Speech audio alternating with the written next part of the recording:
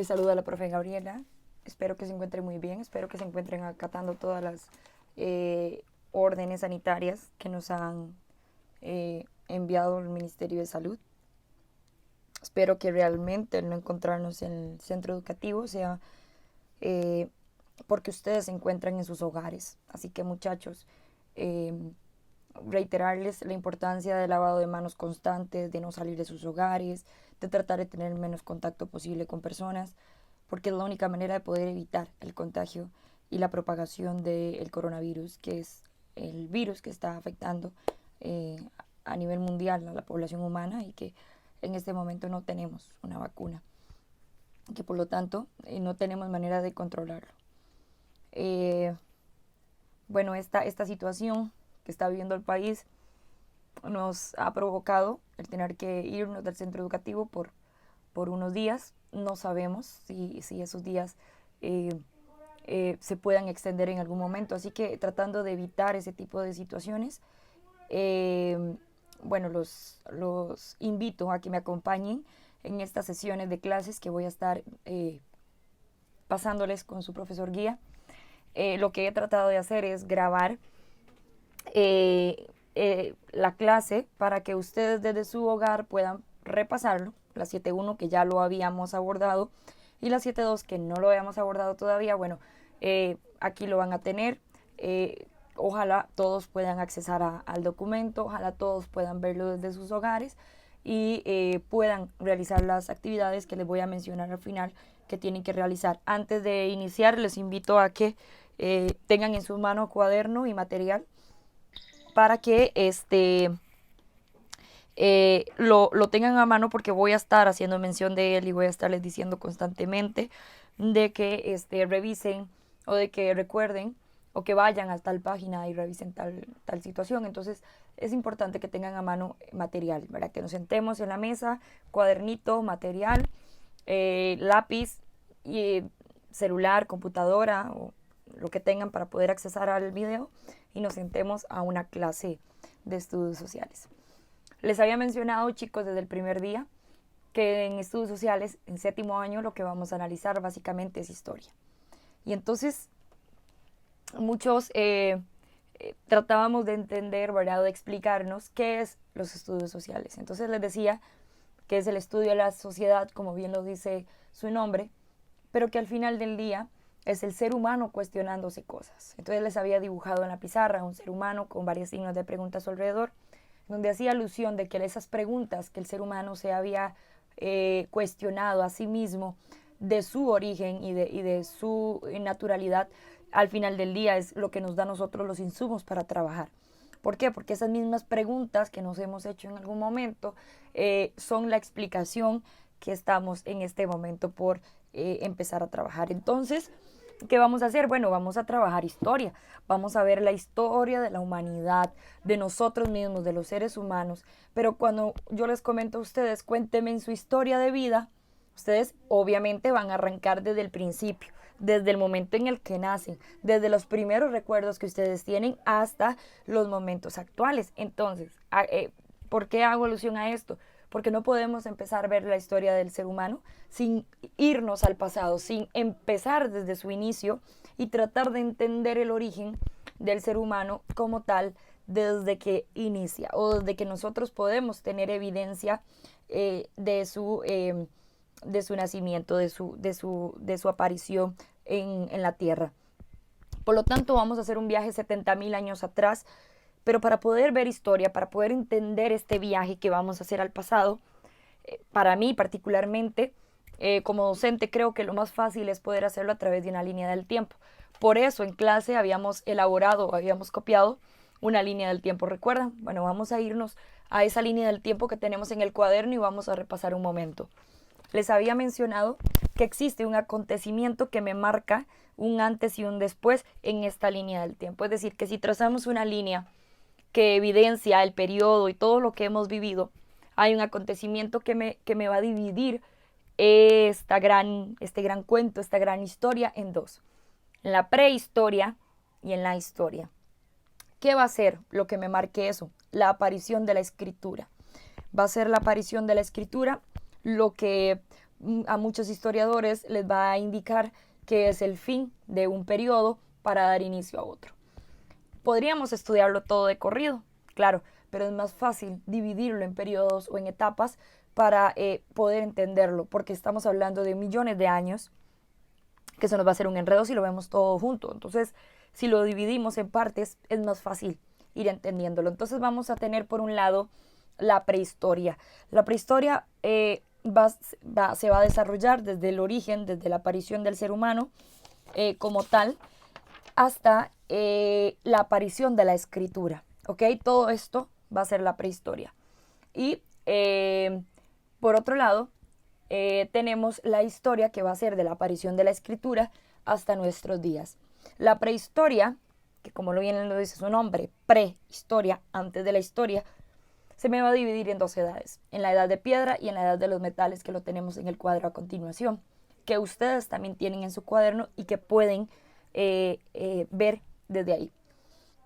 Vamos a tener la edad de piedra, que se me va a dividir en paleolítico y neolítico, que es paleolítico, piedra vieja, neolítico, piedra nueva, y la edad de los metales, que es básicamente el periodo en el que el ser humano empieza a desarrollar la metalurgia y se va a dar el uso del cobre, bronce y hierro.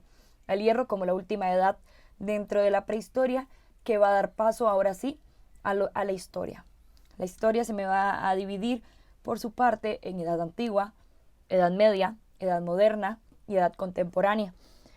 En séptimo año vamos a llegar hasta la edad antigua. Vamos a poder analizar al ser humano o vamos a contar la historia desde el momento en el que aparecemos hasta que nos convertimos en grandes civilizaciones como lo fueron Roma, Grecia, las civilizaciones persa, Asiria, pero que no vamos a avanzar más de ahí, es decir, vamos a llegar hasta ese punto. Y en noveno año vamos a retomarlo. ¿Por qué es importante mencionar esto? Porque la materia que vamos a ver a continuación es la base de lo que vamos a analizar más adelante en el colegio.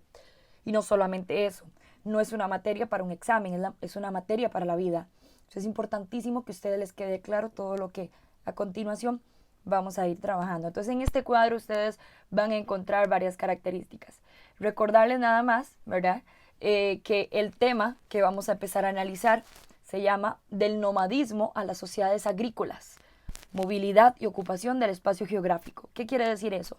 Que vamos a analizar desde que el ser humano era nómada, que también lo tienen en el cuaderno, que de hecho ustedes lo contestaron en esta actividad de conocimientos previos. 7.1 ya lo tiene y creo que lo tienen revisado, 7.2 no, así que este tiempo que van a quedarse en las casas, les digo por favor que lo contestemos, que lo completemos. Era para trabajarlo en el aula, pero bueno, lo pueden contestar en la casa en estos días para que regresemos a clases con la práctica contestada, que era la de conocimientos previos, la de algún vocabulario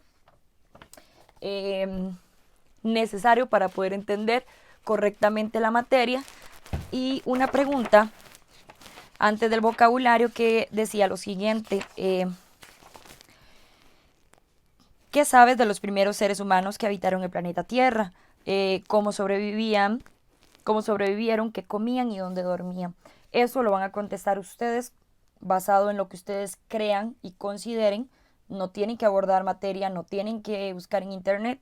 Lo contestan. El vocabulario era humanización, nomadismo, sedentarismo, adaptación al medio ambiente. En clase después lo vamos a revisar para ver si está correcto. ¿Ok? Vean que de hecho aquí les pongo en la presentación una imagen que resume varias características de lo que vamos a ir analizando. Desde el ser humano primitivo, ahí lo vemos, ¿verdad? Caminando en su tribu, con su población, hasta características principales de grandes civilizaciones como lo fueron los romanos, los sirios y los griegos. Ahora bien, hay muchas teorías que explican el origen del ser humano, muchas teorías. ¿Qué es una teoría? Una explicación a algo, basado en muchas cosas. Pueden ser basados en un conocimiento científico, comprobable, tangible, y también puede ser algo más eh, no sé, explicado desde otra visión religiosa, eh, que no es tan comprobable, pero que bien trata de explicar y que por muchos años, por muchos siglos, dio tranquilidad y explicación al ser humano y que hoy día sigue provocándolo ante grandes preguntas que son imposibles de contestar. Al final, la religión y la fe da una explicación que reconforta de una u otra manera. Pero bueno, la que vamos a analizar a continuación es una teoría científica, es una explicación basada en lo científico, propuesta por Charles Darwin en 1859 y propone, a través de una publicación de un libro que hace, su libro se denomina El origen de la especie por medio de la selección natural. Y en este libro, Charles Darwin propone que los seres vivos no son siempre iguales, sino que ellos evolucionan, cambian por medio de la interacción con su entorno. ¿Qué quiere decir? Que los seres vivos, en relación a su entorno, a su geografía, hacia el clima que les rodea, van a ir cambiando su manera de ser, van cambiando su biología. Y va el cuerpo por naturalidad descartando cosas que no son tan importantes y adquiriendo características nuevas que le va a permitir poder sobrevivir ante los diferentes cambios que se le van presentando. Esto da pie a la teoría de la evolución, por ende, y el ser humano no se descarta de esta teoría. ¿Por qué? Porque al final del día también es un ser vivo, también es un animal, y por ende también se puede perfectamente explicar su origen y su desarrollo a partir de esta teoría. ¿Por qué vamos a analizar la propuesta de Darwin? Porque es hasta el momento una de las que tiene mayor sustento científico, mayor manera de ser comprobado y se mantiene vigente hasta el día de hoy. Muchas teorías se quedaron en el camino, muchas teorías no surgieron porque al final del día no cumplieron o en algún momento se cayó su teoría porque ya aparecieron cosas que contradecían lo que ellas proponían, pero la de Darwin se ha mantenido y por ende va a ser la que vamos a analizar. Darwin no dice en ningún momento que nosotros descendamos del mono, eso es falso, ¿ok? Y esto quiero que les quede muy claro porque es inaceptable cuando les pregunto, ¿qué dice la teoría de Darwin? Que ustedes contesten que evolucionamos del mono. Eso es completamente falso. No evolucionamos del mono, así que por favor que eso les quede borrado completamente del disco duro. Y ya les voy a explicar por qué no evolucionamos del mono y qué es realmente lo que Darwin quiere decir. Dice que el ser humano actual es el resultado de un largo proceso evolutivo que se conoce con el nombre de proceso de hominización. Es decir, que el ser humano actual no es igual al primer ser humano que habitó la Tierra, sino que ese primer ser humano fue sufriendo cambios con el pasar del tiempo. Vean qué bien dice ahí, proceso evolutivo lento, ¿ok? No se da de la noche a la mañana. Esto es un proceso muy lento, que con el pasar de los siglos, con el pasar de los años y la interacción con el medio, hace que el ser humano llegue a ser como es actualmente. ¿De acuerdo? Pero no es como que de la noche a la mañana nos levantamos y ya éramos diferentes. No, eso fueron características que se fueron descartando y que se fueron adquiriendo con el pasar de los años. Y que a este proceso de cambios que sufre el ser humano le vamos a llamar hominización. ¿Ok?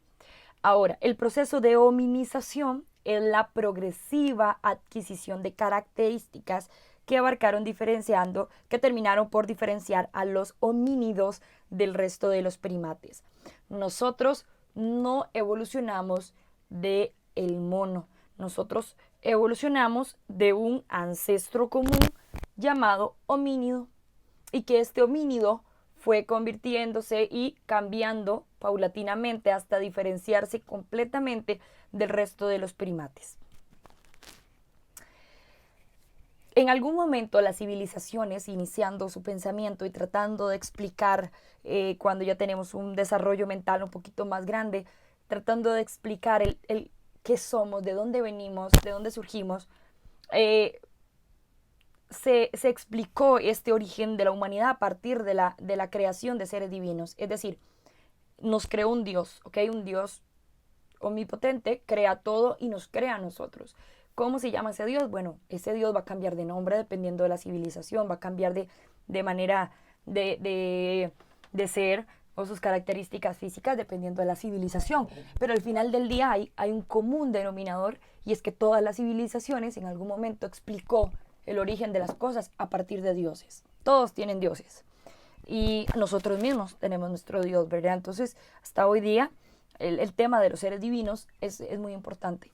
Más sin embargo, con el nacimiento del pensamiento racional, en el marco de la cultura griega, empezamos a cuestionarnos un poquito más, tratamos de darle una explicación un poquito más tangible a estas preguntas existenciales, a estas grandes preguntas. Y es entonces cuando le damos pie a un proceso de investigación o a un proceso de análisis un poquito más exhaustivo, y damos pie a que aparezcan nuevas teorías sobre el origen de la humanidad, como la de Darwin en 1859 en el libro que les mencionaba anteriormente. ¿Okay? Entonces vean que al igual que la teoría de la creación de los seres humanos a partir de seres divinos, como las teorías científicas como la de Darwin, son teorías. Es decir, y aquí voy a mencionar algo que les menciono mucho en clase: la verdad no es algo absoluto. Yo no les puedo decir, chicos, esta es la verdad absoluta, ¿ok? Son teorías. Ustedes tienen que analizarlas, entenderlas y decidir cuál creen ustedes que puede en algún momento o no tener mayor peso, mayor relevancia en sus vidas. Más sin embargo, no existe una verdad absoluta, ¿verdad? Y creo que en algunos momentos en la clase trato de explicar esta situación por medio de ejemplos más comunes para ustedes, como por ejemplo cuando se pelean con sus hermanos y ustedes, tal vez su hermano está jodi, jodi, jodi, y usted viene y le pega, y su hermano corre y le dice a su mamá: es que mi hermano me pegó. Esa es la verdad de su hermano. Pero usted va y le dice: sí, pero es que él me estaba jodiendo, por eso yo le pegué. Entonces al final usted tiene otra verdad.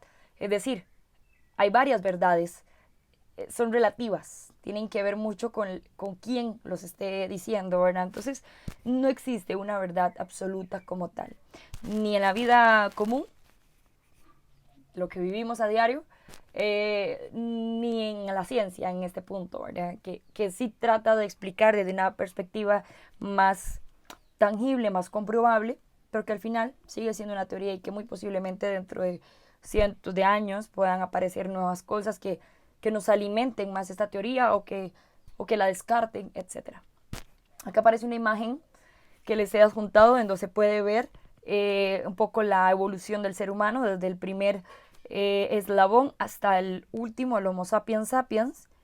Pero vemos también que hay un cambio a nivel craneal, ¿verdad? No solamente físico, no solamente adquirimos mayor tamaño, nuestro cuerpo se convierte más robusto, logramos tener características como caminar erguidos, ser bípedos, sino que también nuestro cráneo va a sufrir bastantes cambios. En un inicio, nuestra mandíbula era muchísimo más grande y nuestro cerebro muchísimo más pequeño.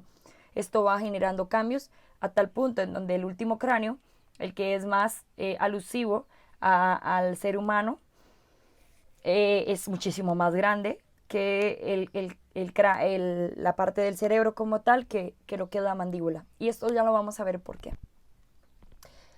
¿Cuáles son las características que nos diferencian de los primates? ¿Okay? ¿Por qué no evolucionamos del mono, pero sí tenemos familiaridad con ellos? Bueno, la posición erguida. Ya habíamos visto que era ser erguido, y es tener la columna recta. Si vemos la imagen anterior, por ejemplo, ven la diferencia entre la curvatura que existe a la hora de caminar del primer eslabón al último, que se parece más al nuestro. ¿Okay? Caminamos más con los hombros hacia atrás, de manera más recta. Mientras que los anteriores no. ¿Okay? A esta posición recta en nuestra columna le vamos a llamar posición erguida. El bipedismo, que es caminar sobre dos piernas y no en cuatro patas, lo que permitió la liberación de las manos y la aplicación en el campo de la visión. Esto es algo muy importante. Acordémonos que Darwin dice que el ser humano cambia pero no cambia porque sí, cambia porque su entorno se lo exige, ¿ok? En algún momento las características del entorno cambian y nosotros nos vemos obligados a cambiar también para poder sobrevivir. Entonces, en algún momento se dice que se reduce la vegetación, se reduce la cantidad de árboles, lo que nos obliga a tener que caminar. Entonces, al estar en el suelo, una de dos, necesitamos liberar nuestros brazos, es decir, caminar en dos piernas, ser bípedos. ¿Por qué? Porque necesitamos los brazos para poder jalar frutos o jalar comida. No podemos usar las manos y los pies para caminar porque solamente podríamos cargar lo que nos entre no sé, en la mandíbula, en nuestra boca, ¿no? Por no decir hocico. Porque estamos hablando del homínido como tal. Pero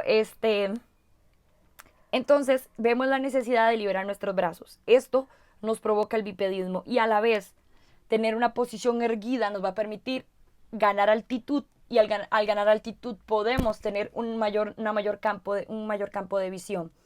¿Por qué? Porque vamos a poder ver si viene algún depredador y poder huir.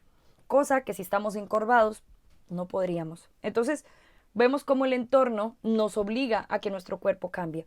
El aumento del tamaño del cerebro y la disminución del tamaño de la mandíbula de los dientes también se va a desarrollar y eso nos va a diferenciar del primate. ¿Por qué se da? Bueno, hay muchas teorías que dicen que el consumo de carne provoca que la proteína de la carne nos ayuda a que nuestro cerebro se expanda, crezca. Y por otro lado, el desarrollo de habilidades para poder comer, por ejemplo, el empezar a cocer los alimentos, el machucar las cosas duras, con algunos instrumentos de piedra, madera, etcétera, hace que ya no sea tan necesario tener una mandíbula robusta y grande, sino que nuestros dientes van adquiriendo y nuestra mandíbula una características diferentes. Entonces, parte de la alimentación va a provocar estos cambios a nivel de cráneo. Y el lenguaje simbólico, es decir, la capacidad de expresar ideas por medio de sonidos y expresiones faciales, cosa que los primates no pueden hacer. Entonces aquí tenemos 4 características principales que nos diferencian de los primates. ¿Ok?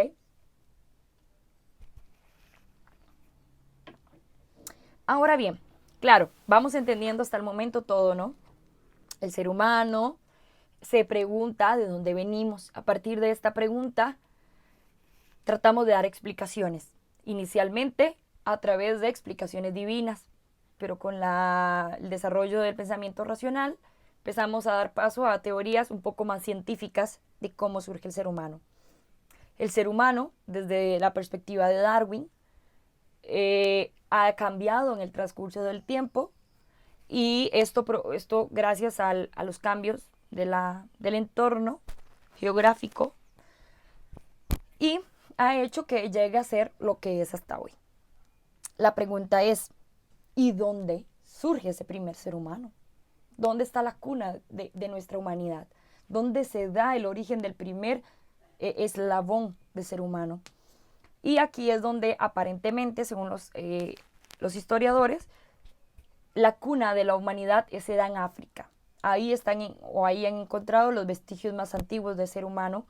Tenemos los restos fósiles de Ardi, que es un macho Australopithecus, que lo encontraron en Etiopía. Y tenemos a Lucy, que también es un Australopithecus, pero es hembra, y también fue encontrado en Etiopía.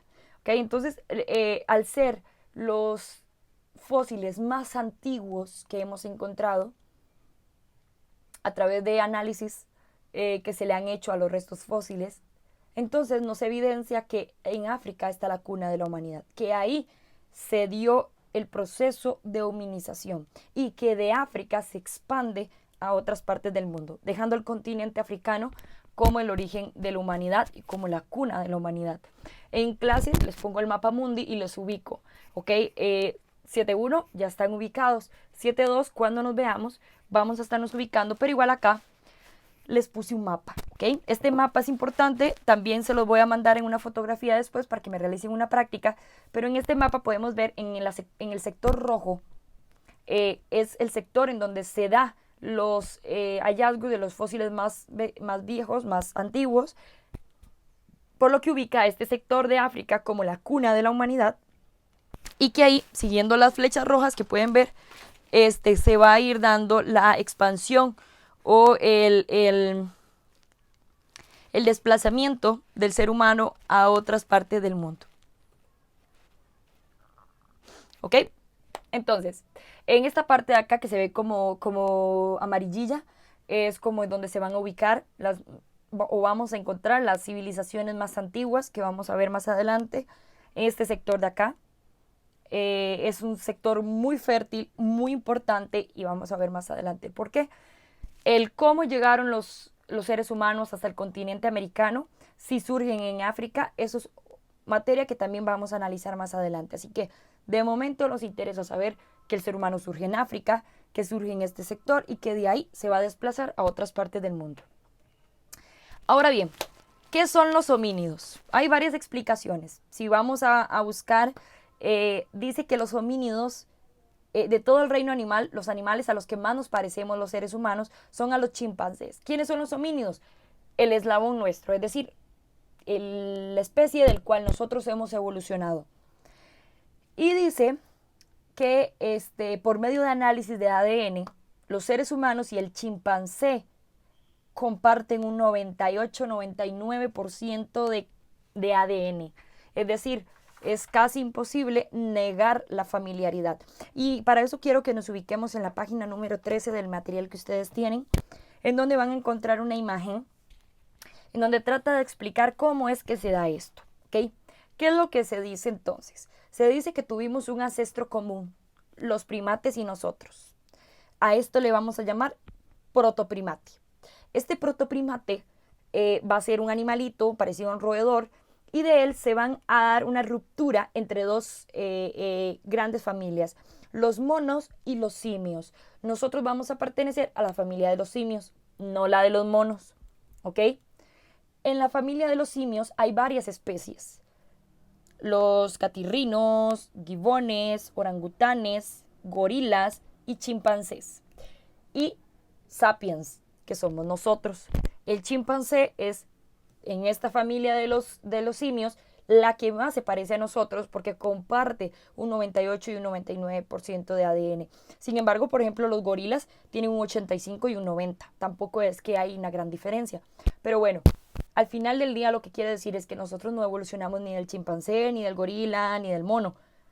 Simplemente pertenecemos a un mismo tronco evolutivo común, y los chimpancés, gorilas y nosotros pertenecemos a una misma rama de esa ruptura que se da de ese protoprimate.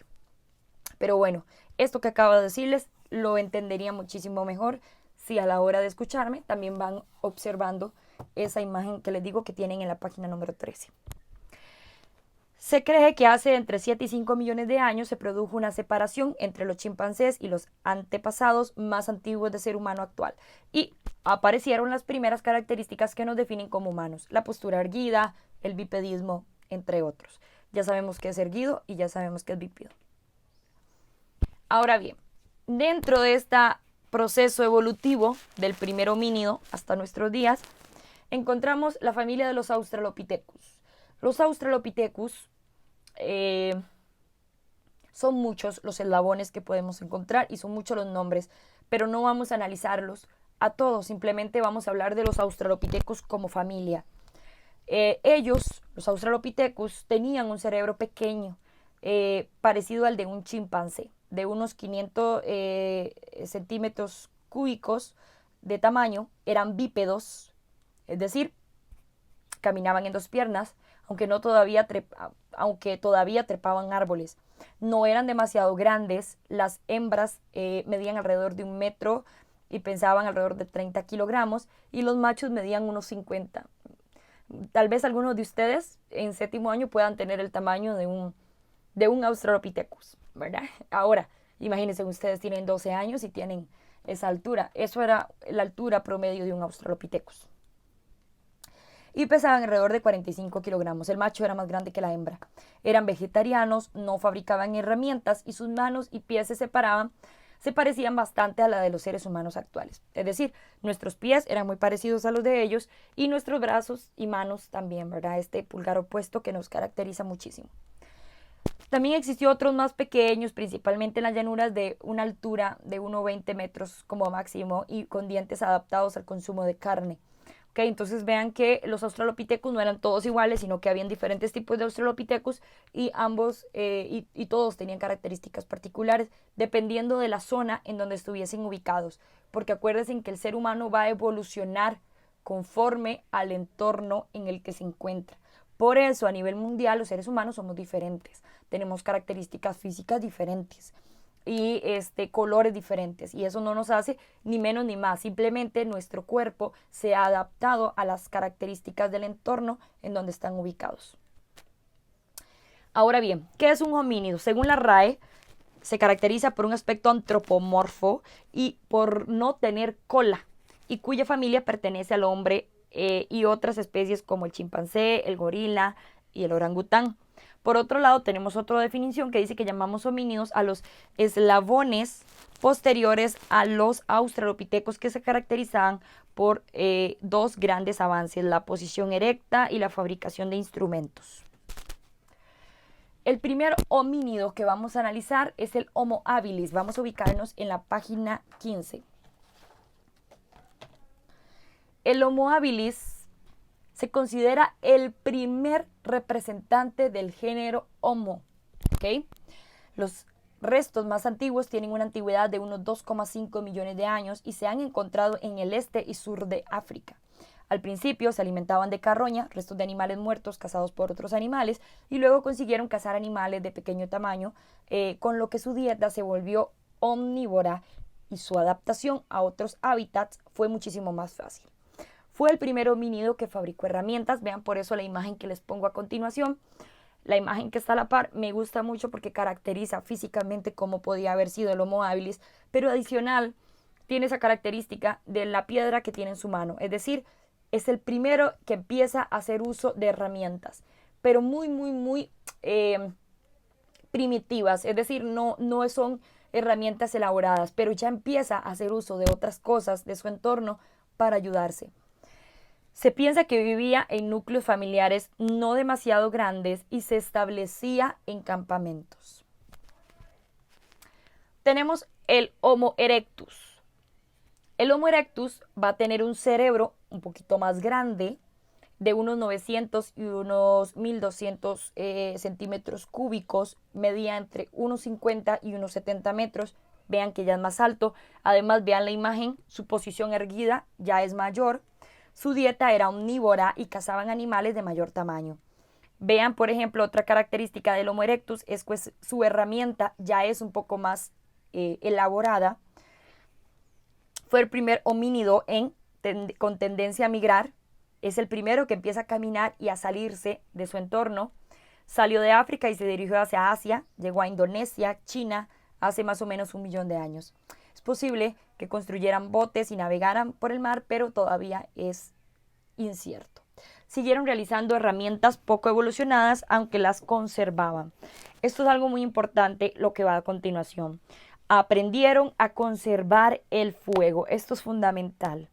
No saben producir el fuego, no lo saben producir, solamente saben conservarlo. Ustedes en la actualidad ocupan prender una fogata y van y buscan un fósforo y listo, ¿verdad? Un encendedor, listo. En aquel entonces no existía el fósforo, no existía el encendedor, así que el ser humano no sabía cómo provocar el fuego. Se provocaba de manera natural por la caída de un rayo, etc. Y el Homo erectus había logrado conservarlo, es decir, que si se encontraba un incendio, lograba agarrar un poco de ese fuego, ubicarlo en alguna, no sé, en alguna ornamenta, o esamenta, perdón, colocarlo ahí y alimentarlo con troncos, con pasto seco, etc. Ya habían logrado entender que colocarle esas cosas hacía que el fuego se conservara. Más sin embargo, no lo sabían producir. Si se les apagaba, hasta ahí llegaban, ¿verdad? Porque no sabían crearlo, solamente sabían conservarlo. El Homo florensis no les aparece a ustedes en el material, yo lo adjunté como una Un adicional para mencionarles, es uno de los eslabones más recientes encontrados. Fue encontrado en el 2003. Se llama Homo flores o Homo florensis porque aparece en la isla de Dos Flores en Indonesia. Hallaron restos que se parecían a los de huesos de un niño y al parecer era de esta especie. No eran muy grandes. De hecho, medían hasta 91 centímetros, o sea, ni siquiera alcanzaban el metro. Eran sumamente pequeños y vivían aproximadamente unos 30 años. Imagínense, la profe ya estaría muy cerca de cumplir con su ciclo de vida si hubiese sido un Homo florensis. Homo sapiens. Este va a ser uno de los últimos que vamos a ir analizando. El Homo florensis, conocido también como Homo neandertal o neandertalensis. Vean la imagen, ya se parece un poquito más a lo que somos actualmente. Eran más robustos, es decir, eran más corpulentos, más grandes, ¿verdad? Sus músculos eran más grandes. Realizaron instrumentos de piedra muy especializados. Ya ellos no eran como el Homo habilis, que tenían una piedra ahí más o menos, no. Ya ellos tenían herramientas sofisticadas a partir de la piedra, claro, pero ya más elaboradas. Realizaron ofrendas y rituales a sus muertos. Esto es importantísimo. Va a ser el primero del que se tenga información que va a realizar ritos, que va a realizar rituales a sus muertos, a sus enfermos. Es decir, tenían una visión del más allá. Ya empezaban a tener una perspectiva de Dios, ¿ok? De una supremacía, de un ser superior. Y van a desarrollar capacidades artísticas con la realización de objetos de adorno. Yo no sé, siempre les menciono esto. La única especie que decora, hasta el momento que tengamos evidencia, bueno, hay unas aves que decoran sus nidos para que se vean lindas, eso sí, pero el ser humano es una de las especies que decora. Ustedes tienen en sus cuartos y pegan que fotos, que guindan atrapasueños, que ponen un móvil ahí, que decoran, pintan para que se vea bonito. Esta perspectiva de se vea bonito más que funcionalidad lo empieza a desarrollar el Homo sapiens, ¿ok? Entonces, o el Homo neandertal. Es el primero que empieza a adornar para que se vea bonito. Inicialmente solamente pensábamos en funcionalidad, hacer una casa donde no me moje, donde no tenga frío. Pero aquí ya, aunque aparte de que no me moje y no tenga frío, que se vea bonita. ¿Okay? Entonces esta idea de que se vea bonito va a ser una característica del Homo sapiens o neanderthalensis. Y por otra parte, este grupo aprendió a hacer el fuego a su voluntad, frotando trozos de madera. Ya estos no se preocupaban porque si se apagaba. Se apaga, lo volvemos a encender. ¿Okay? Ya aprenden que con el roce de unos tronquitos o con el choque de piedras podemos provocar el fuego y no tenemos que esperar a que caiga un rayo y nos vuelva a aparecer, sino que ya saben crearlo, ¿okay? A diferencia del anterior. Y por último, el último eslabón que tenemos es el Homo sapiens sapiens. Este data de unos 160.000 años atrás. Salieron de África y se extendieron por Europa, Asia, desplazando a otras especies de homínidos como el Homo erectus y el Homo sapiens neanderthalensis. También colonizaron América y Oceanía. Fabricaron utensilios domésticos como agujas de hueso de animal para hacer sus ropas, recipientes para guardar su comida, agua, canastos tejidos para guardar alimentos. Nosotros estamos aquí. Nosotros somos Homo sapiens sapiens.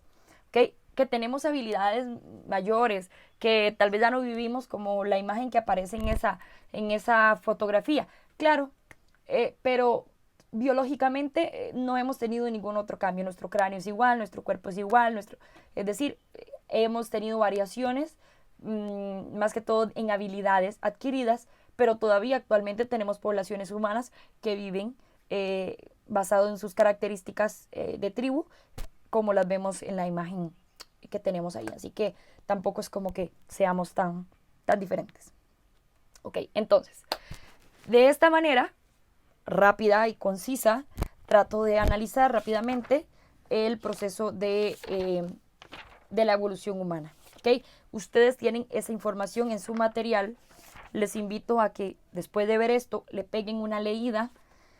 En la página 17 tienen una imagen muy bonita, aparecen ahí unas características del cráneo, por ejemplo, cómo fue el cráneo cambiando de forma.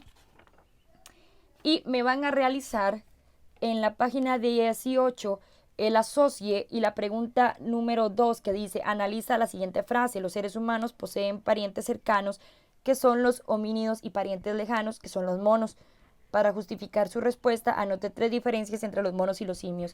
La 7.1 ya la hizo, la 7.2 no, la 7.2 me la va a realizar, ¿de acuerdo? Y les voy a enviar en fotografía algunas cosas que quiero que me realicen, ¿de acuerdo? Entonces, espero que la explicación trate de recordarles un poquito lo que hemos visto en clase, que trate de darles una idea de lo que es la materia y nos vemos lo más pronto posible. Cuídense mucho, muchachos.